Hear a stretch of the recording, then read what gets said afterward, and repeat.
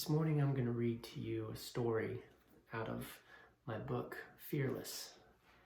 This is the first story in chapter 7 called The Invitation. The Call. His arms were on fire. He pulled and strained on the cold, soggy nets. Sweat dripped into his eyes.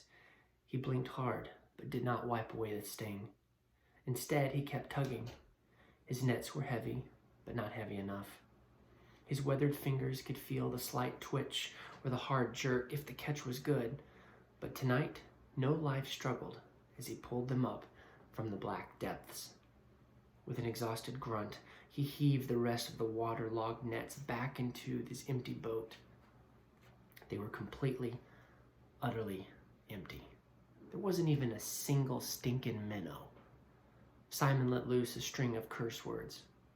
His brother Andrew didn't even look up. He too felt like cursing. For weeks, the brothers had worked like slaves all night long, but their measly catches could barely feed their hungry families. There was nothing extra for the market. Food supplies were running low. Their wives looked anxious. Being a fisherman was hard. The long nights were exhausting. The hard work was dangerous. The cold sea was unforgiving. But Simon felt the fickle fish were the worst part. Sometimes the fish came and the nets were heavy, but recently even the most seasoned fishermen were returning empty-handed. Some chalked it up to the unusually hot weather, which drove the fish into deeper water far past the reach of the nets.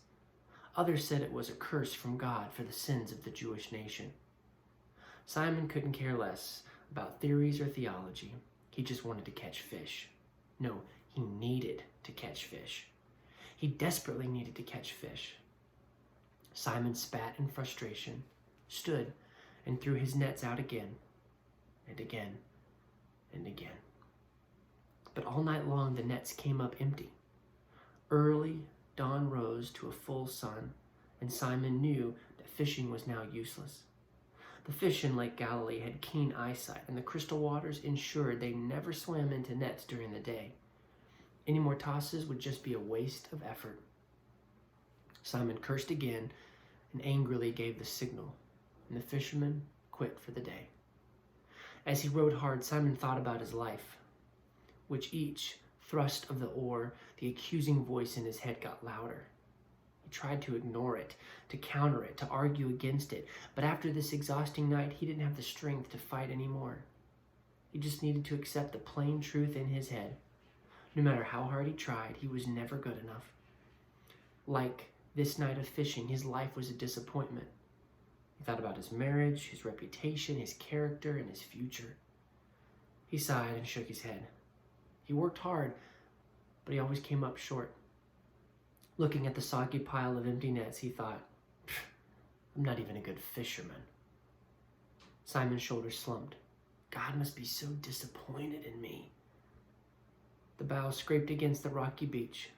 He sighed, then slowly stood up and began to clamber over the side of his boat. Fisherman! A deep, strong voice rang out.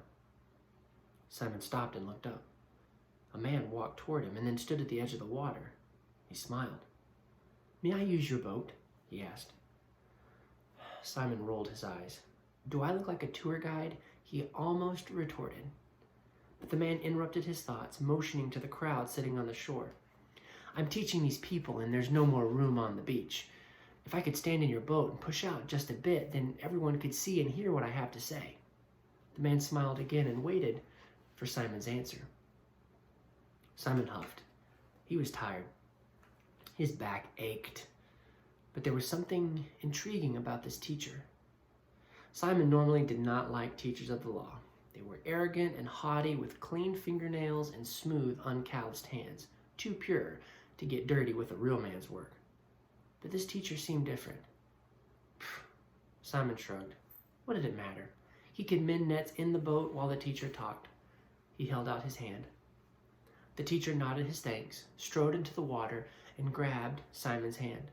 Surprisingly, the teacher's hand was coarse and strong. Simon pulled him up into the boat. Their eyes met, and the fisherman felt the teacher read into his empty, pathetic soul. Embarrassed, Simon quickly looked away.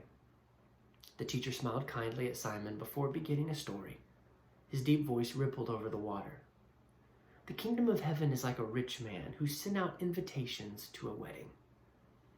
Simon plopped down in the stern and methodically worked through the nets, checking for rips, frayed edges, and whatever could weigh them down tonight. Soon Simon was listening intently to the teacher's story, and then to the next one, and the next one. No one speaks like this man, he thought. After what seemed like just a few minutes, the teacher looked up at the sun. It was high and hot. "Well, friends, that is all today. Now please excuse me." The teacher grinned mischievously. "I'm going fishing." The people on the shore laughed at the joke. Simon pushed the nets off his lap and started to get up. "Fisherman," the teacher said, "push your boat out into deeper water, and then throw your nets out." Simon shot a quick look at Andrew. This teacher was a great storyteller, but he obviously didn't know about fish. "Teacher," Simon began patiently, "we've been fishing all night. We didn't catch a single fish. There's no way we're catching anything in this broad daylight. It's impossible." The teacher smiled. "With God, all things are possible." Simon started to argue, but Andrew put a calm hand on his shoulder. "Okay." Simon threw his hands up in the air. "You win." Simon pushed the boat out and picked up the nets. "Give it a good throw," the teacher said. Simon nodded, and just for show, heaved the empty nets out as far as he could. They splashed in the sparkling water and quickly sank from view.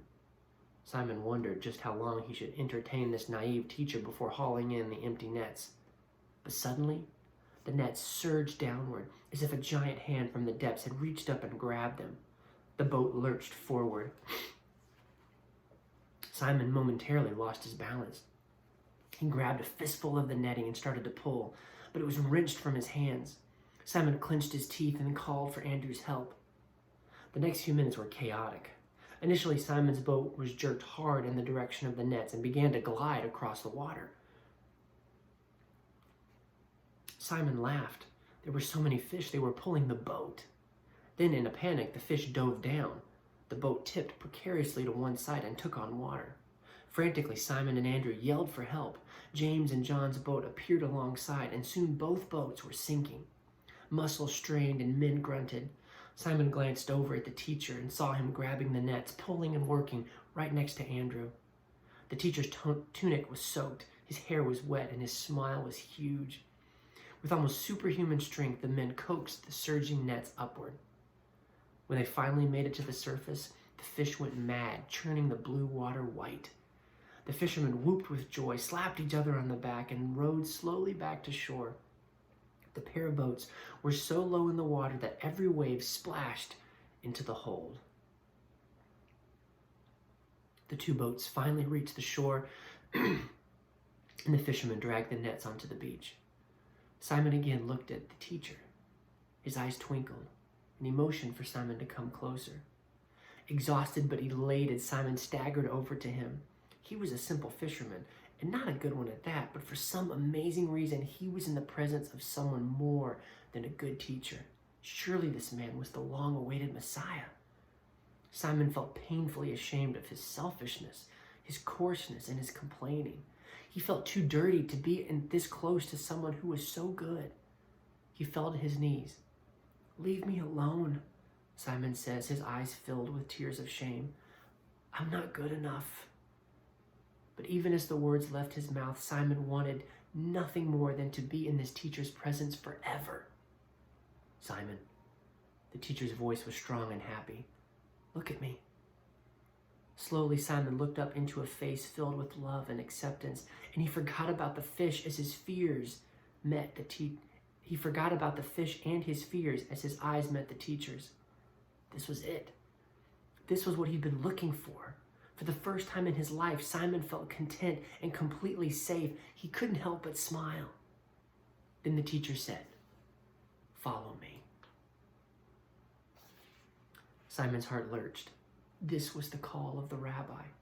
Fishermen were never called to be followers, yet here was a teacher calling him to be a disciple. "Teacher," Simon said, "I'm just a fisherman." "Oh, I see much more than a fisherman," the teacher chuckled. Simon looked again, this time directly into the teacher's eyes. Then he spoke from the depths of his heart. Yes, Jesus. Yes, I will follow you anywhere. Jesus smiled and pulled Simon to his feet. He slung his arm over Simon's shoulders and said, come with me. I'll teach you how to fish for men. Then he winked, and together they walked back to the nets. Whew, we got a lot of work to do, Simon said as he bent over and sorted the fish. The teacher looked out over the lake into its surrounding hills. Yes, we do, Simon. Yes, we do. There's a little story from my new book, Fearless, which is released on Amazon. You can go to Amazon and get the Kindle version free today, or you can download the print version if you would rather have a print copy. But just want to encourage you that if you ever feel like Simon and you're just like, man, I'm just not good enough. I'm not good at what I do, or I'm just not good at being good, or you look at your sins or whatever, and you just feel inadequate. Jesus worked with inadequate people all the time. He loved working with people like you and me. You see, Jesus' standard is people who will follow him. He doesn't expect us to be perfect or to be amazing or to even hold to the standards that we expect us to be held to. He just says, follow me, and I will make you fishers of men. In the verse we read this morning in the Bible, Jesus said to Simon, he said, don't be afraid, I will make you a fisher of men. And that's the key to fearlessness. Don't be afraid, because God will make us what we're supposed to be. You see, when we're afraid, it's because we're not looking at God. And so many times in the Bible it says, don't be afraid, and God is saying, don't be afraid, I'm going to do something. I'm going to show up. I'm going to fix this. I will fight for you. And so today I just want to encourage you. God's calling you to follow him just like he called Simon. So instead of looking at your fears, look at God, because he's got this, and he's going to make you a fisher of men. God bless.